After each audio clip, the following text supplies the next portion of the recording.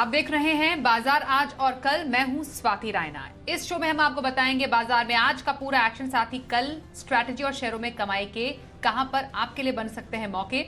आप भी जुड़ सकते हैं हमसे। व्हाट्सएप करें 9582226666 पर अपना सवाल भेजिए, या फिर आप हमें फेसबुक पर @ZBusiness ऑनलाइन और ट्विटर पर @ZBusiness पर अपने सवाल भेज सकते हैं। हैशटैग बाजार आज और कल जरूर लिखिएगा। आज हमारे साथ आपकी कल की तैयारी कराने के लिए जी बिजनेस के मैनेजिंग एडिटर अनिल सिंह भी साथ होंगे। साथ ही एक और खास मेहमान, परिचय करा दे, आनंद राठी सिक्योरिटीज के सिद्धार्थ सेडानी। सिद्धार्थ, करते हैं आपका शो में स्वागत।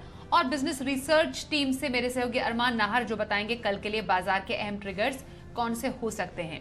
बातचीत का सिलसिला हम करेंगे शुरू, लेकिन उससे पहले बाजार में आज का हाल कैसा रहा उस पर सबसे पहले एक नजर हम डाल लेते हैं।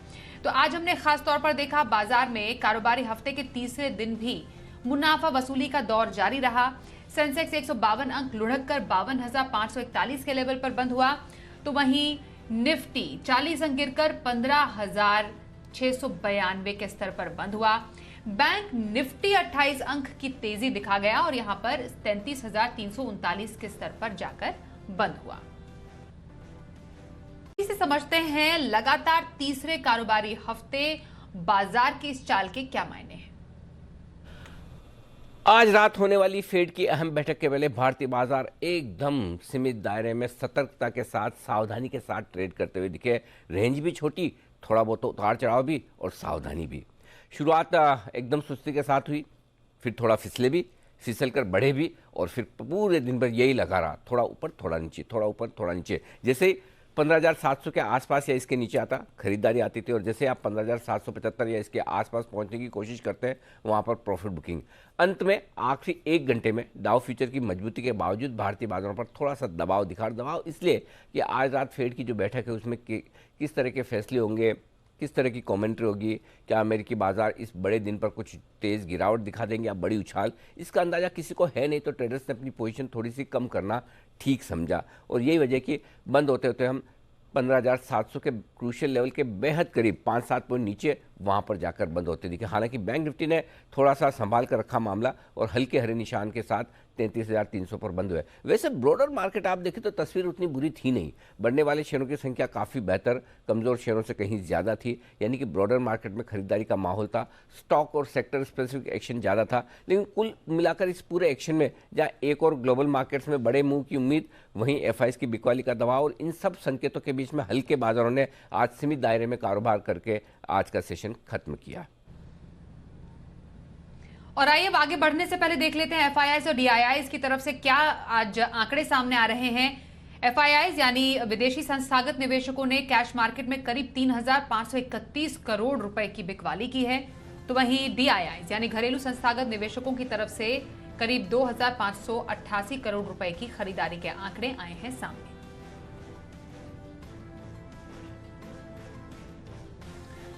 और अब रुक कर लेते हैं सिद्धार्थ सेडानी का। सिद्धार्थ, फेड की बैठक से पहले बाजार में कुछ नरम और कुछ गर्म कारोबार, क्या एक्सपेक्ट करें हम आगे आने वाले दिनों में? Good evening Swati. सारी निगाहें आज रात को फेड के बैठक पे और फेड के आउटकम पे। मार्केट तो बहुत हद तक 75 बेसिस पॉइंट भी पचा चुका है, जिस हिसाब से हमने गिरावट देखी। अब देखते हैं फेड की कैसी कमेंट्री रहेगी, इसके ऊपर भी बाजार की निगाहें रहेगी कि जुलाई में कितने अग्रेसिव रेट हाइक्स होंगे, साथ ही साथ आने वाले साल में क्या पर्सपेक्टिव रहेगा, इन्फ्लेशन का क्या इनका टारगेट रहेगा, इस सारा कुछ देखने का पर्सपेक्टिव रहेगा फेड का। इसी बीच में मुझे लगता है कि ये उठापटक बहुत हो चुकी है जून में। एक फेड के बैठक के बाद, आउटकम के बाद, मुझे लगता है कि एक रिस्पाइट या एक रैली छोटी सी बननी चाहिए अपसाइड पे, जो करीबन 16,000 के करीब आनी चाहिए। तो देखते हैं, बहुत ज्यादा नेगेटिव आया तभी गिरावट आएगी, और अगर जो एक्सपेक्टेड लाइंस में है, अगर यही फेड ने कहा, तो मैं मानता हूं कि एक अपसाइड की रैली जरूर हो सकती है मार्केट में शॉर्ट टर्म पर्सपेक्टिव से। ओके, तो बाजार पर आए रही सिद्धार्थ आपकी। अब किसी को हफ्ते भर का नजरिया ऐसे बाजार में रखना हो तो पोजिशनल व्यू कहां पर रखने की सलाह देंगे? और मैं आपसे जानूंगी आपकी लॉन्ग टर्म पिक भी, इन्वेस्टमेंट के लिए कौन सी पिक पर आप सजेशन देंगे आज खरीदारी की? बिल्कुल स्वाति, पोजिशनल तौर पे मैं ऑटो कंपनी चुनना चाहूंगा, और उसमें से होगा आइशर मोटर। तकनीकी रूप से टेक्निकल पर्सपेक्टिव से आइशर मोटर पे खरीदारी की राय है। स्टॉप लॉस होगा 2450 का और टारगेट होगा 3200 रुपए का। तो मुझे लगता है कि two wheeler space slash commercial vehicle space में आइशर मोटर बेहतर कर सकता है और टारगेट रखेंगे 3200 रुपए का और स्टॉप लॉस रखेंगे 2450 का। लॉन्ग टर्म पर्सपेक्टिव से 12 महीने के पर्सपेक्टिव से अगर आपको कोई स्टॉक खरीदना हो तो एक मिड कैप कंपनी है गरवारे टेक्निकल फाइबर। ये कंपनी टेक्निकल टेक्सटाइल्स में है। ये कंपनी बहुत ही बेहतरीन और हटके बिजनेस है। एक्वाकल्चर में nets, fishing nets, sports nets बनाने की कंपनी। आप देखते हैं कि cricket practice, net practice, soccer की जो नेट्स होती है, फिशिंग की जो नेट्स होती है, ये बनाने वाली कंपनी गरवारे टेक्निकल फाइबर बहुत बेहतरीन बिजनेस है। ग्लोबल रेवेन्यू की बात करूं तो 56% ग्लोबल रेवेन्यू आता है। मुनाफों की बात करूं तो 17% CAGR से ये ग्रो हो सकता है आने वाले 2 सालों के लिए। बहुत जोरदार डिमांड, 75 से बड़े ज्यादा देशों में इनकी सप्लाईज और एक्सपोर्ट्स है। गरवारे टेक्निकल फाइबर जो जिसे हम टेक्निकल टेक्सटाइल भी कहते हैं, इस पे खरीदारी की राय है। टारगेट आप रखेंगे 3776।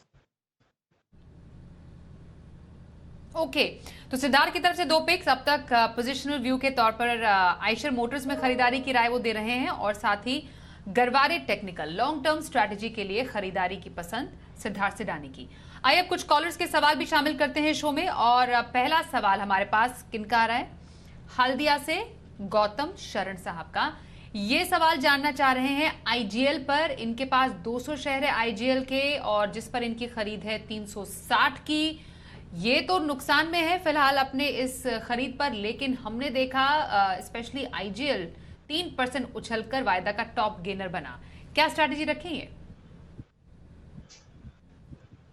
देखिए, IGL इंद्रप्रस्थ गैस काफी अच्छी कंपनी है फंडामेंटली। ऑल्दो ये जो ऑयल एंड गैस में उठा पटक है, इसके कारण से स्टॉक में बहुत ऊंच नीच हो रही है। बट मैं मानता हूं कि अगर आप 3-4 महीने के पर्सपेक्टिव से अगर IGL रख सके पोर्टफोलियो में तो रुके रहने की सलाह, होल्ड करने की सलाह। ओके, तो IGL को होल्ड करने की सलाह आ रही है सिद्धार्थ सिडानी की तरफ से। आगे सवाल लेते हैं प्रथमेश शाह का। राजकोट से सवाल पूछ रहे हैं, पीरामल एंटरप्राइजेस पर राय जानना चाह रहे हैं। 60 शेयर इनके पास है जिस पर इनकी खरीद है 2000 की। हमने देखा आज NBFC शेयरों में खास एक्शन देखने को मिला, लेकिन जिसमें पीरामल एंटरप्राइजेस भी 1 से 3% का उछाल इसमें देखा गया। हालांकि इनको अपने निवेश पर काफी नुकसान हो रहा है। सिद्धार्थ, अभी पीरामल एंटरप्राइजेस पर क्या सलाह आप देंगे? नुकसान को रोक लेना ही बेहतर है। मैं ज्यादा कॉन्फिडेंट नहीं हूँ ये NBFC में। मैं मानता हूँ कि इससे आप अगर निकल जाए तो आप दूसरे NBFC कंपनी में निवेश कर सकते हैं और उसमें से एक बहुत अच्छा विकल्प मुझे लगता है HDFC लिमिटेड का। हाउसिंग फाइनेंस की कंपनी, बहुत ही बेहतरीन डिसबर्समेंट्स, बहुत ही बेहतरीन ग्रोथ, 70% से ज्यादा रिटेल में फोकस और ग्रोथ दमदार, बुक साइज बहुत दमदार और मर्जर भी होने वाला है HDFC बैंक के साथ। तो HDFC लिमिटेड पे मेरी खरीदारी की राय, निकल जाए PEL से और HDFC लिमिटेड। ओके, तो पीरामल एंटरप्राइजेस एग्जिट और एंट्री HDFC लिमिटेड में करने की सलाह सिद्धार्थ सिडानी की। अगला सवाल आ रहा है रांची से आकाश भारती जी का। इनका सवाल डेल्टा कॉर्प पर है। खरीद बता दे पहले इनकी 230 शेयर इनके पास है जिन पर इनकी खरीद 185 की। इन्हें फिलहाल हो रहा है लगभग 2000 का नुकसान भी अपनी इस खरीद पर। लेकिन बिग बुल राकेश झुंझुनवाला ने 75 लाख शेयर बेचे हैं। 1 जून से 14 जून तक 75 लाख शेयर बेचे गए और 1 जून से 14 जून तक लगभग 2.8% हिस्सेदारी भी इन्होंने बेची। डेल्टा कॉर्प पर स्ट्रैटेजी क्या रखने की सलाह देंगे? देखिए स्वाति, मैं कभी एक्साइटेड नहीं रहता हूँ डेल्टा कॉर्प के बिजनेस पे। मैं मानता हूँ कि काफी ज्यादा अड़चने भी है, ऑफ कोर्स ग्रोथ है, बट मैं मानता हूँ कि इससे बेहतर विकल्प, अच्छे बिजनेसेस मिलने की है आपको। निकल जाने की सलाह। और आपको अगर कुछ खरीदना हो और अच्छे पैसे कमाने हो तो गरवारे टेक्निकल फाइबर, जो अभी मैंने लॉन्ग टर्म पर्सपेक्टिव से आपको रेकमेंड किया, 3700 के करीब के टारगेट के लिए ले 1 साल का पर्सपेक्टिव रखे। मैं मानता हूँ कि ये बेहतर विकल्प, स्टेबल बिजनेस, अच्छा मैनेजमेंट और आपको एक स्टेबिलिटी रहेगी इसके अर्निंग्स में। तो मैं मानता हूँ कि गरवारे टेक्निकल फाइबर पे अच्छा विकल्प। ओके, तो ये राय आ रही है यहाँ पर डेल्टा कॉर्प पर, जिस पर से निकलने की सलाह और गरवारे टेक्निकल फाइबर पर खरीदारी की सलाह दे रहे हैं सिद्धार्थ सिडानी। अगला सवाल चलिए लेते हैं उमरखेड़ से महेश चिन्नावार का सवाल है ये। इनका सवाल जेएसडब्ल्यू स्टील पर है। 200 शेयर इनके पास है जिस पर इनकी खरीद है 204 की। फिलहाल अच्छे मुनाफे पर भी बैठे हुए हैं। और फिलहाल हमने देखा जो आंकड़े सामने आए हैं, मई में क्रूड स्टील प्रोडक्शन 31% बढ़कर 18 लाख टन हुआ है year on year basis. Flat roll उत्पादों का प्रोडक्शन जो है वो 29% बढ़कर 13 लाख टन हुआ है। लॉन्ग रोल उत्पादन का जो प्रोडक्शन है वो 25% बढ़कर 3.86 लाख टन तक पहुंचा है। तो जेएसडब्ल्यू स्टील पर फिलहाल अगर आप इन्हें राय दें तो क्या करने की सलाह देंगे? देखिए स्वाति, दमदार मुनाफा हो रहा है इनको तो बिल्कुल बने रहना है। और जैसे आपने आंकड़े बताए स्टील के और जेएसडब्ल्यू स्टील के, वो एकदम सही और एकदम सटीक। मैं यही कहूंगा कि आपको बने रहना चाहिए स्टील बिजनेस में। जबकि आपको इतना अच्छा प्रॉफिट है, थोड़ा सा वॉलेटिलिटी रह सकता है 1-2 महीने के लिए, क्योंकि ग्लोबल लिक्विडिटी में प्रेशर है, ब्याज दरें ग्लोबल मार्केट में बढ़ रही है, तो उठा पटक रहेगी सारे स्टील बिजनेसेस में। पर जब आपको इतना बड़ा फायदा है तो आपको रुकना चाहिए, थोड़ा सा डाउनस्ट्रीम देख लीजिए। बाकी 6-12 महीने के पर्सपेक्टिव से दमदार है। ओके, तो बने रहने की सलाह जेएसडब्ल्यू स्टील में हमारे आज के एक्सपर्ट सिद्धार्थ सेडानी की। अगला सवाल लेते हैं। अगला सवाल हमारे पास आ रहा है गोरखपुर से मनीष कुमार साहब का। ग्लोबल स्पिरिट्स पर इनका सवाल है और ये कहना चाह रहे हैं कि 500 शेयर इनके पास है जिन पर इनकी खरीद है 1450 रुपए की, लेकिन है इन्हें जबरदस्त नुकसान अपनी इस खरीद पर, 2 लाख से ऊपर का नुकसान। क्या करें? देखिए, 2 स्ट्रेटेजी बन सकती है आपके लिए। एक तो आप ग्लोबल स्पिरिट पे बने रहे और 12 महीने का पर्सपेक्टिव रखें, क्योंकि लिकर अल्कोहलिक बेवरेजेस स्पेस का एक पॉजिटिव न्यूज है कि पंजाब जुलाई से अपने जो ड्यूटीज है, एक्साइज ड्यूटीज, उसको कट करेगी 30 से 40%। ये सारी कंपनियों के लिए ब्रॉड बेस्ड फायदा है। तो ये पर्सपेक्टिव से आपको रुकना है तो बने रहिए। आपको अगर प्योर बिजनेस का पर्सपेक्टिव देखना है तो मैं मानता हूं कि यूनाइटेड स्पिरिट्स यानी मैकडॉवेल बहुत बेहतरीन विकल्प हो सकता है। एमएनसी कंपनी, डीआईजीओ का बिजनेस, सबसे बड़ा मार्केट शेयर आईएमएफएल सेगमेंट का, प्रीमियम सेगमेंट में भी बहुत अच्छा परफॉर्म कर रही है यूनाइटेड स्पिरिट्स। तो ये आपको कॉल लेना है कि आपको इस पे बने रहना है तो 12 महीने का पर्सपेक्टिव देना है, और अगर इससे निकलना है तो यूनाइटेड स्पिरिट्स को 6 महीना दीजिए, परफॉर्मेंस आ सकता है। ओके, तो यूनाइटेड स्पिरिट्स में भी खरीदारी के मौके तलाश सकते हैं आप। इस पर ध्यान जरूर दीजिएगा। यह है सलाह सिद्धार्थ सेडानी की। धनबाद से मुरारी प्रसाद पूछ रहे हैं, इनके पास मेटल स्पेस से 2 शेयर हैं। टाटा स्टील पर सवाल है इनका, 60 शेयर है जिस पर इनकी खरीद है 1048 की। टाटा स्टील पर तो ये इनकी खरीद हुई जिस पर ये कुछ नुकसान पर हैं। और दूसरा वेदांता का इनके पास स्टॉक है, 75 शेयर इनके पास है वेदांता के, और जिन पर इनकी खरीद है 124 की। तो वेदांता की बात करें तो वेदांता में इन्हें प्रॉफिट है। टाटा स्टील, वेदांता दोनों पर क्या राय देंगे? वेदांता पे तो क्लियर कट बने रहना है। मैनेजमेंट की थॉट प्रोसेस भी काफी क्लियर है। साथ ही साथ अगर देखा जाए तो इनको ऑयल के बढ़ने से भी फायदा और इनको मेटल से भी फायदा, तो वेदांता पे बने रहिए। टाटा स्टील थोड़ा सा नुकसान हो रहा है जरूर, क्योंकि लिक्विडिटी प्रेशर्स है सब जगह। तो टाटा स्टील पर फंडामेंटली बहुत बेहतरीन है, जो रिजल्ट्स आ रहे हैं दमदार आ रहे हैं। स्टील के कुछ दाम जैसे लॉन्ग प्रोडक्ट्स, एचआरसीज, हॉट रोल कॉइल्स या इसकी बात करें तो इसमें थोड़ी गिरावट है बाजार में, बट ओवरऑल पर्सपेक्टिव से टाटा स्टील दमदार है। तो आप 3-4-6 महीने का पर्सपेक्टिव दीजिए टाटा स्टील को, बने रहिए। ओके, तो वेदांता, टाटा स्टील दोनों में बने रहने की सलाह दे रहे हैं सिद्धार्थ सेडानी। अगला सवाल वाराणसी से प्रदीप दुबे साहब का है और इनका सवाल है एल&टी पर 20 शेयर इनके पास है जिस पर इनकी खरीद है 1450 की। एल&टी में कुछ मुनाफे पर भी है, ये क्या करें? देखिए, अगर आपको भारत देश के ग्रोथ पे अगर आपको उम्मीद है और आपको भरोसा है तो एल&टी पे भी भरोसा रखिए। ये इंफ्रा कंपनी का प्रॉक्सी टू इंडियन इकोनॉमी है, इंफ्रा का सबसे बड़ा प्लेयर, और आप जानते हैं कि इंडिया में इंफ्रा की बहुत बड़ी कमी है। भारत सरकार इंफ्रा पे बहुत बड़ा फोकस कर रही है और बहुत सारे ऐसे योजनाएं ला रही है जिससे इंफ्रा और बेहतर होते जाए। तो 100% आपको एल&टी रखना है 12 महीने के पर्सपेक्टिव से आपके पोर्टफोलियो में। अगर आपका थॉट प्रोसेस है कि भाई नहीं 4 महीने 6 महीने के लिए रखना है तो भी बने रहिए। भारत पे भरोसा तो एल&टी पे भरोसा।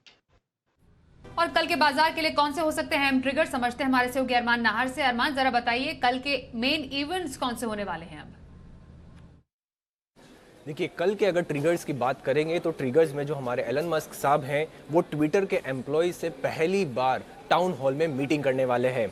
उसी के साथ साथ अगर आप एक्स डेट्स हैं कुछ स्टॉक्स की, जिसमें अपोलो टायर्स है जिसका डिविडेंड है 3.25 प्रति शेयर का, और कॉस्मो फिल्म्स है जिसका जो बोनस इशू है 1:2 का, उसके लिए दोनों के लिए एक्स डेट है।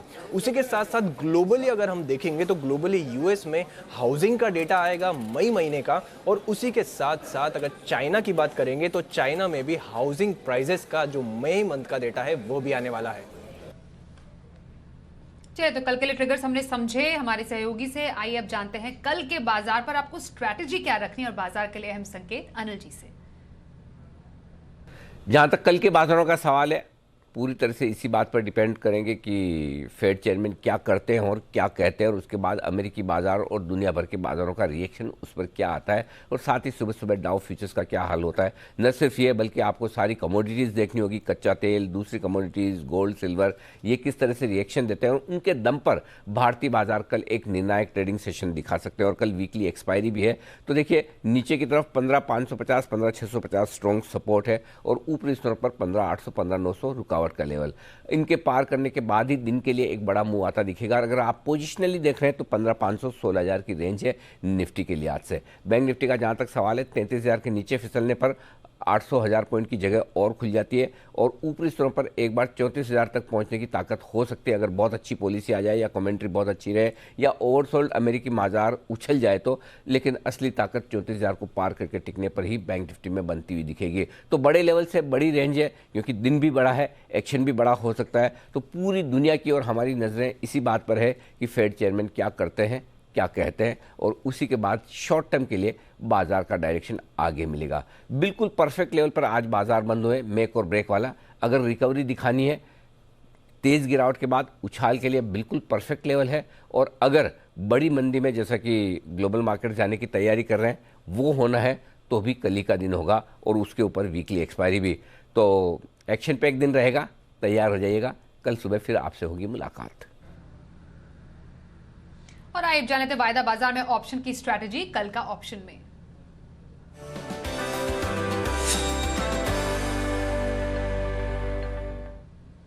ऑप्शन की स्ट्रैटेजी बताने के लिए हमारे साथ है मोतीलाल ओसवाल के चंदन तापड़िया। चंदन जी, बहुत स्वागत करेंगे आपका शो में। बताइए कल कहां मौके बन रहे हैं? बिल्कुल, देखिए बाजार में गिरावट है और कल के दृष्टिकोण से उठा पटक रहेगी। तो दो ट्रेड है, एक तो ट्रेंड का 1100 का कॉल है, कहीं ना कहीं ट्रेंड पॉजिटिव सेटअप बनाया हुआ है, मोमेंटम बनना चाहिए। तो ट्रेंड का 1100 का कॉल लेने की सलाह रहेगी। 38 रुपए के आसपास है, 28 का स्टॉप लॉस, 58 तक के टारगेट रहेंगे। दूसरा हमारा मानना है कि अपोलो टायर में बिकवाली रहेगी, तो यहाँ पे लगभग 172, 170 तक के डाउन साइड बन सकते हैं।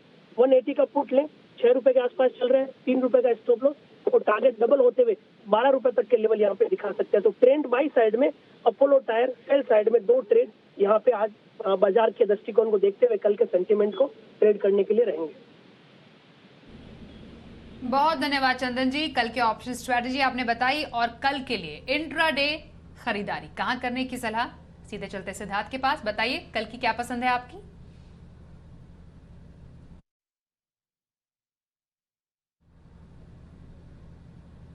जी सिद्धार्थ। सिद्धार्थ, आपका साउंड म्यूट है। जी माफी चाहूंगा। कल के लिए नहीं रहेगा, ये 2-3 दिन का पर्सपेक्टिव रहेगा, और ये जो पर्सपेक्टिव रहेगा ये रहेगा एजिस लॉजिस्टिक पे। एजिस कैम जिसे हम कहते हैं, इस पे खरीदारी की राय है। स्टॉप लॉस होगा 222 रुपए का और टारगेट होगा 245 रुपए का। एजिस कैम पे खरीदारी की राय। 2-3 दिन का पर्सपेक्टिव रखें, क्योंकि कल फेड की पॉलिसी के बाद बहुत उठापटक रहेगी। तो 2-3 दिन का पर्सपेक्टिव से 245 के टारगेट के लिए एजिस लॉजिस्टिक पे खरीदारी की राय। एजिस लॉजिस्टिक्स खरीदारी की राय, कम से कम 2 से 3 दिन का पर्सपेक्टिव रखने की सलाह सिद्धार्थ सिरानी की। बहुत धन्यवाद करेंगे सिद्धार्थ आपका हमारे साथ आज के शो में शामिल होने के लिए। बाजार आज और कल में बस इतना ही।